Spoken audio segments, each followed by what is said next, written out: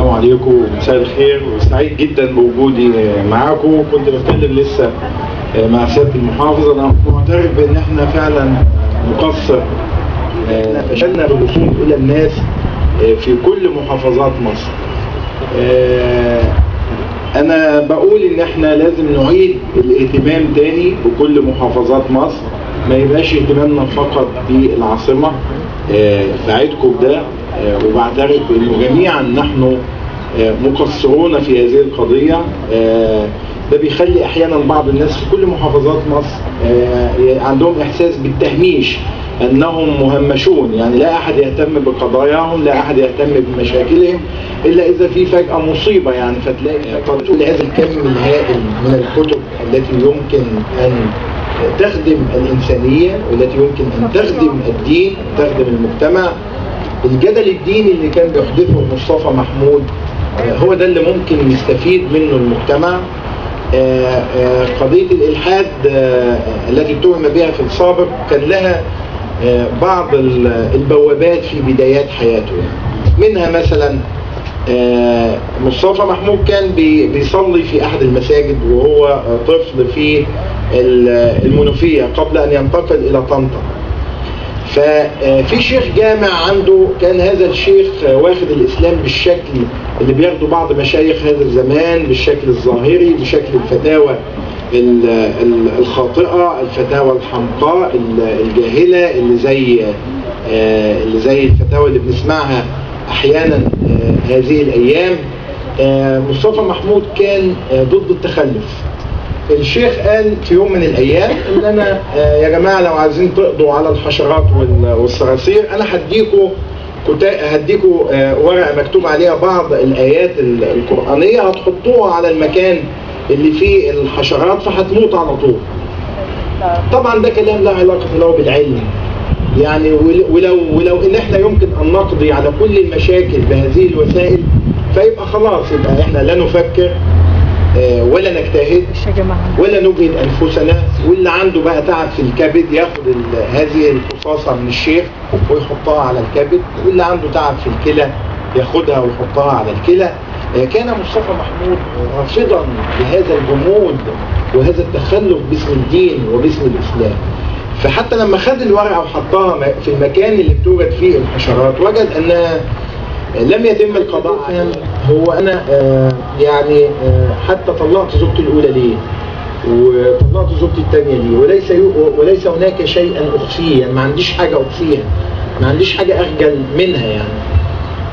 وكان يتكلم عن الحب وعن المشاكل وعن الزواج وعن الطلاق، طبعا مع الاحتفاظ للشخصيات بما يحفظ لها كرامتها ويصونها، ولكنه كان بيتكلم، يعني هو حتى قال انه فشل في حياته الزوجية بسبب حاجتين: الغيرة الشديدة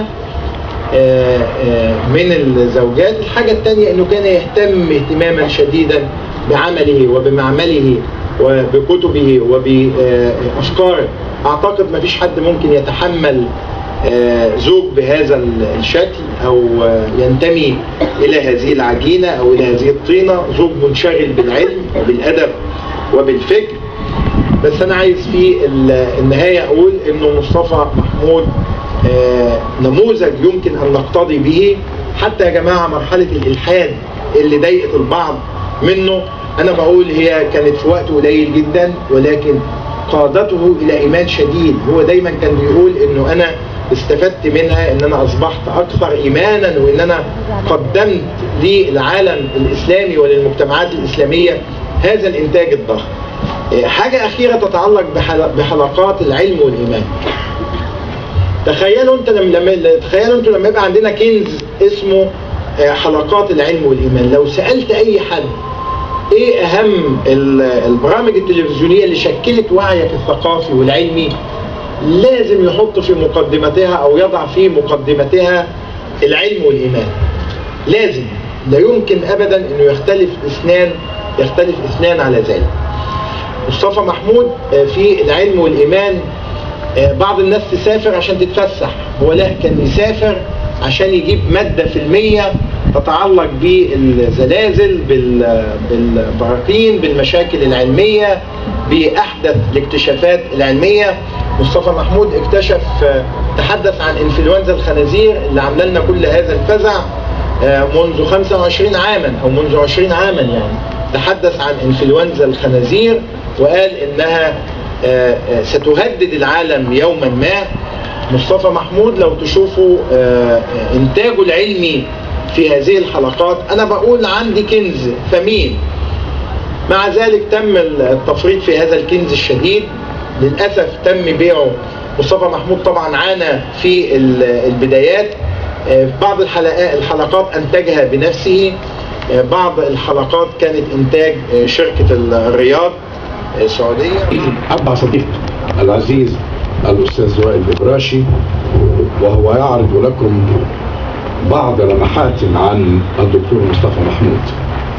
أما أنا فقد حاولت أن أكتب كلمة. بسم الله الرحمن الرحيم. السيد اللواء المحافظ الوزير محافظ البحيرة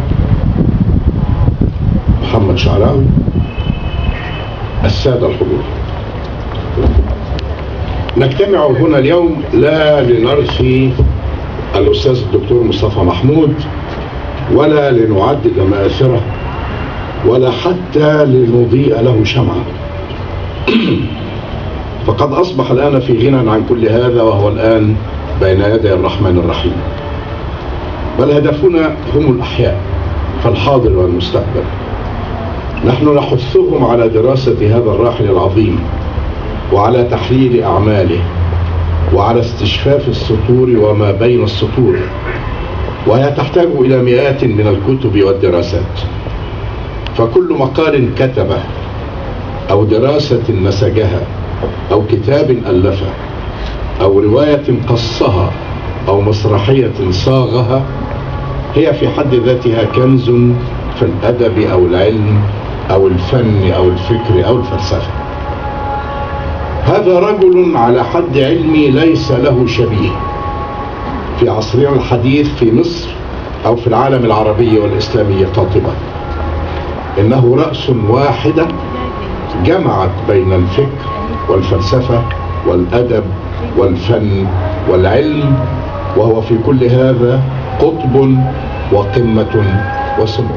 الفئة الثانية كانت من بعض الماركسيين، وكانوا في أوج سطواتهم آنذاك حينما رأوا في هذه المحاولة نوعا من الدروشة لا يليق بكاتب في عصر العلم.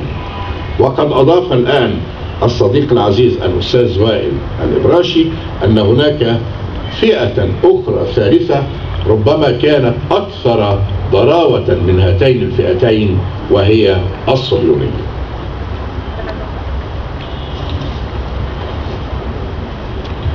نجحت هذه الفئة في تشويه صورة مصطفى محمود لدى قرائها، وحكم كتابهم على مصطفى محمود بالنفي التام من جميع دراساتهم النقدية والأدبية، كأنه لم يكن في يوم من الأيام وجها بارزا من وجوه الأدب العربي المعاصر، وعنصرا لا يمكن إنكاره في مسيرة فن القصة القصيرة وفن الرواية وفن المسرحية.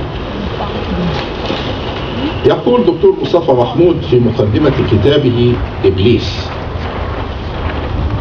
الإنسان تأكله شهوات غامضة خطرة، أخطر من شهوة الجنس وأخطر من شهوة الطعام.